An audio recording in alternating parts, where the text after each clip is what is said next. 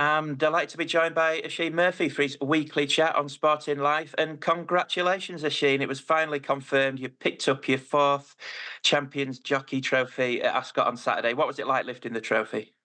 Thanks very much, Ben. It was great because the sun came out and all my family were there, and it was really special. I obviously knew that I wasn't going to be caught for maybe a month before Champions Day, but it was quite nice to walk out there, and there was so much goodwill from people. So no, I'm delighted. I actually picked up the trophy yesterday from Kempton, so it's in the house now as well, which is nice. Proudly on the mantelpiece. Good stuff. Yeah. How would you sum up your season overall? Obviously, you cantered away with the jockey's title, but just the year as a whole, how would you sum it up? I think I rode pretty okay for most of the season. I had periods where I thought I rode quite well, and then other periods where I thought I could have done better. It would have been nice to ride a few more Group 1 wins. Last year I had 5. So far this year I've only had 3. I obviously missed a few. Tamfana in the Sun Chariot, Calpan obviously on in the Fillies and Mares on Champions Day, and Porta Fortuna at Newmarket as well. But look, it goes like that. And if someone said at the start of the year, I would have had such good festival meetings, I'd have been really pleased. Yeah, absolutely, and hopefully a few, or maybe one Grade One to come this season. Let's chat about Champions Day. No winners on Champions Day, but you had some really good rides. Tamfana ran well in third in the QE2. How would you analyse her performance? I thought she ran a huge race. She was beaten by 2 battle-hardened male horses. I suppose she came off the bridle quite early this time, which is unlike her. Normally she travels along, along until you say go. But she raced in a similar position to Charon, and I suppose you have to be very excited about what she can do next year. Absolutely, and probably similar sentiments apply to Flora of Bermuda, who ran a cracker in third in the Champions Sprint, a career best run, really. Yeah, I suppose she was fancied because she had on paper, it's nice to be drawn low on the straight course at Ascot, but a lot of the fancied horses were drawn near her, and she got a lovely toe into the race. And unlike at Haydock, I didn't run into any traffic this time. And she was only beaten half a length at the line, which is extraordinary. She really is a hardy, top filly, and it'd be interesting to see what she can do next year. Often the 3-year-olds struggle, against older horses. So it was nice that she put up such a good performance. Do you think she could potentially win at the top level next year? Yeah, I don't see why not, particularly on that sort of ground. Although she's not ground dependent, she seems to get through deep ground very easily. And she hasn't had loads of racing. Touch wood, she's very sound then. So let's see. You mentioned Calpana at the top of the chat. Obviously, you weren't riding her Saturday, but she was fantastic in the fillies and mares for Andrew. What do you think she could achieve next season? The team must be excited.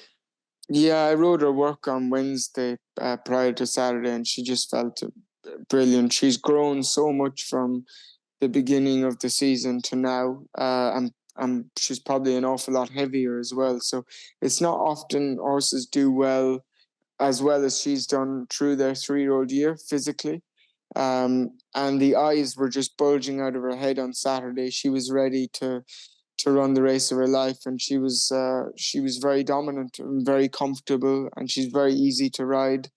And you'd be very hopeful next year she can add to that Group 1 tally. There's a proper program for her, maybe a similar program to what Blue Stocking had this year, and it's very exciting. One you did ride was King's Gambit in the Champions Stakes. Now, it looked a bit of a messy race to ride in, but how was it from a jockey's point of view? Yeah, we went too fast, and that was really the long or short of it. I went forward on him, and I used him up too much. Now, the ground is probably a bit slow for him as well, although he won a novice or ran well in the novice as a 2-year-old on soft ground. But I think he's a very good horse, and he's going to stay in training. And yeah, I look forward to hopefully riding him again next year. I have a lot of belief in him. I tell you why, Ben. I put the gun to his head basically the whole way, and as he got a little bit tired up the straight, I had to stand up on him because I got interfered with. But at the line, I still had horse, and it's very rare one has that much ability. Okay, let's keep the faith with King's Gambit. Okay, Sheen, looking ahead to Saturday at Doncaster, the final Group 1 in Britain this flat season, and you're on Royal Playwright in the William Hill Futurity Stakes. You must be looking forward to him. I am. I saw him yesterday. He's held his coat really well. He's in great shape. It would be lovely to reverse the form of Wimbledon Hawkeye, and I don't really see the price disparity.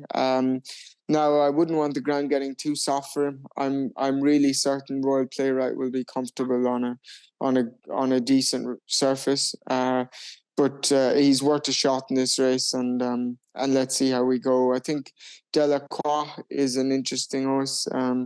Aidan seems to be quite upbeat about him, and they farmed this race for a long time.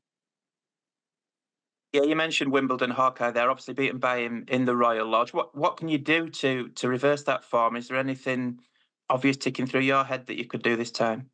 Well, I just feel like Wimbledon Hawkeye can race on speed, and he finds loads for pressure, and he's a very loose moving athletic horse.